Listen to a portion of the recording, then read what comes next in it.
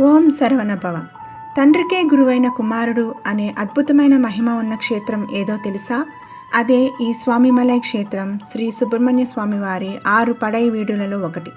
ఇక్కడే బాలమురుగన్ తన తండ్రి అయిన శివునికి గురువుగా ఉపదేశం చేసిన పవిత్ర స్థలం. ఈ ఆలయం తమిళనాడులోని కుంభకోణం సమీపంలో ఉంది.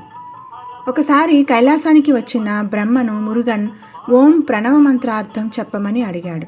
బ్రహ్మ సరైన సమాధానం చెప్పలేకపోయాడు. దాంతో మురుగన్ బ్రహ్మను బంధించాడు. బ్రహ్మ లేనందుకు సృష్టి కార్యం ఆగిపోయింది. లోకాల్లో కలవరం వచ్చింది. దేవతలు పరమశివుని ఆశ్రయించారు. శివుడు వచ్చి కుమారుని అడిగాడు, బ్రహ్మను విడుదల చేయి అని. ప్రణవార్థం నీకు తెలుసా అని కుమారుని అడిగాడు శివుడు. మురుగన్ అన్నాడు, ప్రణవార్థం వినాలంటే శిష్యుడిగా వినాలి.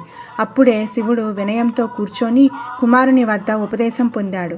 మురుగన్ శివుని చెవిలో ఓం యొక్క రహస్యార్థాన్ని ఉపదేశించాడు. అందుకే ఇక్కడి మురుగన్ స్వామినాథన్, స్వామికి గురువైన వాడు అని ప్రసిద్ధి.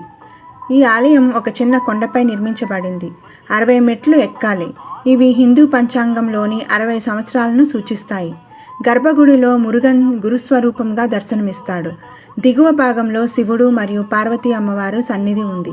స్వామిమలై కేవలం ఆలయం కాదు, ప్రణవ మంత్రం రహస్యాన్ని ప్రపంచానికి తెలియజేసిన పవిత్ర స్థలం. స్వామినాథ స్వామిని భక్తితో ప్రార్థిస్తే శత్రువులపై జయం కలుగుతుందని విశ్వాసం.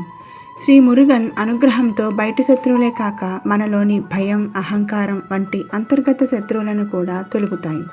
అర్చన, వేల అభిషేకం, ఓం శరవణభవ జపం ద్వారా విఘ్నాలు తగ్గి విజయం సిద్ధిస్తుందని భక్తుల నమ్మకం. ఓం శరవణభవ.